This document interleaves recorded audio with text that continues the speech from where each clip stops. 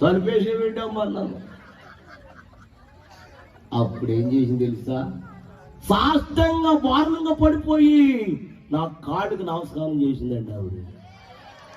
అయ్యా నన్ను క్షమించయ్యా, నేనే తిట్టడం వల్ల నా నోరు నా మూతు పడిపోయిందయ్యా.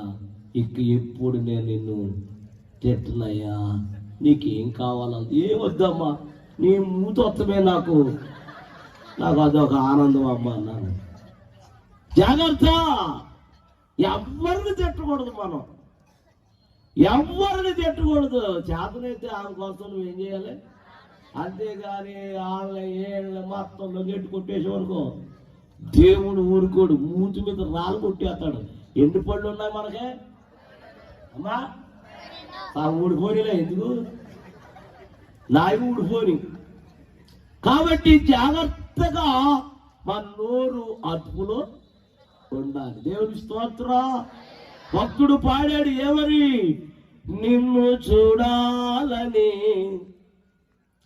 బాబు అలాగ ఉంచడం బాబు, ఇవన్నీ ఐదు నొక్కి అందిది. నిన్ను చూడాలని, నీతో నడవాలని, నిన్ను చూడాలని, నీతో నడవాలి.